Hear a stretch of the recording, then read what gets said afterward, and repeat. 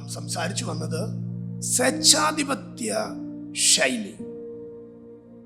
തലമുറകൾക്കൊന്നിനും സ്വാതന്ത്ര്യം കൊടുക്കാത്ത, അവരുടെ ആശയങ്ങൾക്കോ അവരുടെ ആഗ്രഹങ്ങൾക്കോ അവരുടെ ജീവിതത്തിലെ സ്വപ്നങ്ങൾക്കോ ഒന്നും ഒരു വിലയും കൊടുക്കാതെ, ഞാൻ പറയുന്നത് പോലെ, ഞാൻ പറയുന്നിടത്ത് ഇരിക്കണം, ഞാൻ പറയുന്ന പോലെ നടക്കണം, ഞാൻ പറയുന്ന പോലെ ചെയ്യണം, ഞാൻ പറയുന്നത്, ഇങ്ങനെ വരുന്ന ഈ സ്വേച്ഛാധിപത്യ ശൈലി, ഇത് ശരിക്കും തലമുറകൾക്ക് അനുഭവമാകുന്നത് ഒരു അടിമത്വം പോലെയാണ്.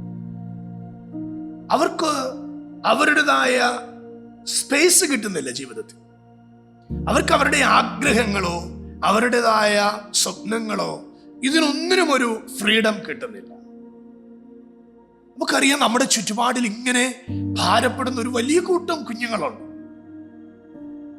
അവർ ശരിക്കും പറയുന്ന അവരുടെ ഒരു സ്റ്റേറ്റ്മെന്റ്സ്, അപ്പനുണ്ടോ? ഉണ്ട്. അമ്മയുണ്ടോ? ഉണ്ട്. വീടുണ്ടോ? ഉണ്ട്. സഹോദരങ്ങളുണ്ടോ? ഉണ്ട്.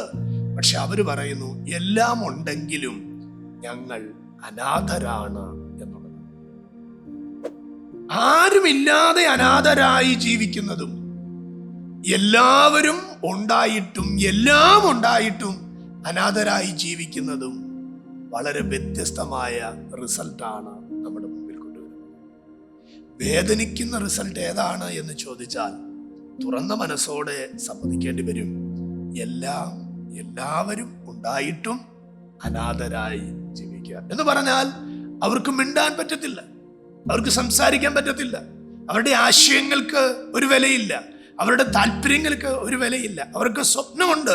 ഇതെല്ലാം അടിച്ചമർത്തി ജീവിക്കപ്പെടുമ്പോൾ ഈ തലമുറകളുടെ ആത്മീയമായ വളർച്ചയും ആന്തരികമായ അവരുടെ വളർച്ചയും വളരെയധികം മുറിപ്പെടുകയാണ് എന്നുള്ളത് എന്നെ കേൾക്കുന്ന മാതാപിതാക്കളെ നമ്മൾ മറന്നുപോകും. ചിലരുടെയൊക്കെ ചിന്ത, സമയത്ത് ഞാൻ ആഹാരം കൊടുക്കുന്നുണ്ട്, നല്ല വസ്ത്രം കൊടുക്കുന്നുണ്ട്, നല്ല വിദ്യാഭ്യാസം കൊടുക്കുന്നുണ്ട്, ഇങ്ങനെയുള്ള ഫെസിലിറ്റികൾ നമ്മുടെ തലമുറകൾക്ക് കൊടുത്തുകൊണ്ട് നാം അവരെ നന്നായി നോക്കുന്നു എന്ന് നമ്മൾ പറയുന്നു. എന്നാൽ നാം തിരിച്ചറിയണം, നമ്മുടെ തലമുറകൾക്ക് ആഹാരം ആവശ്യമാണ്, പക്ഷെ അതിനേക്കാൾ ആവശ്യം അവർക്ക് മാതാപിതാക്കളിൽ നിന്നുള്ള സ്നേഹവും കരുതലും ലാളനയുമാണ് എന്നത് മറന്നുപോകും.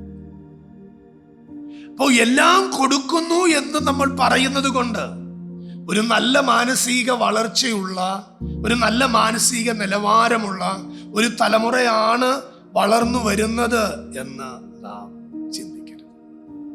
അതുകൊണ്ട് സംഭവിക്കുന്നത് എന്താന്ന് ചോദിച്ചാൽ, ഈ സ്വേച്ഛാധിപത്യ ശൈലിയിൽ മാതാപിതാക്കളാകുന്നത് കൊണ്ട് അതിന്റെ വിപത്ത് അനുഭവിച്ച്, അതിന്റെ വേദന അനുഭവിച്ച് വളർന്നു വരുന്ന ഈ തലമുറ, അവർ എവിടെങ്കിലും എപ്പോഴെങ്കിലും അവരുടേതായ ഒരു സ്വാതന്ത്ര്യത്തിന്റെ നിമിഷം, സമയം അവരുടെ മുമ്പിൽ വരുമ്പോൾ, അത് ചിലപ്പോൾ കോളേജ് ലൈഫിലാകാം, അത് ചിലപ്പോൾ ജോലി മേഖലയിലാകാം, എവിടെങ്കിലുമൊക്കെ ഒറ്റപ്പെട്ട ഒരു അനുഭവത്തിൽ മാതാപിതാക്കളിൽ നിന്നും മാറി ഒറ്റപ്പെട്ടു നിൽക്കുന്ന ഒരു അനുഭവത്തിൽ അവർക്ക് കിട്ടുന്ന ആ സമയം, അവരുടെ ഭാഷയിൽ പറഞ്ഞാൽ ഫുൾ സ്വാതന്ത്ര്യത്തോടെ അവർ തെറ്റുകളിലേക്ക് വീഴുവാൻ, അവർ മോശമായ ചിന്തകളിലേക്ക് മാറുവാൻ, മോശമായ സംസാര അനുഭവങ്ങളിലേക്ക് മാറുവാൻ, മോശമായ ഫ്രണ്ട്ഷിപ്പിലേക്ക് മാറുവാൻ, അവരുടെ ഭാഷയിൽ പറഞ്ഞാൽ സ്നേഹം തേടിയുള്ള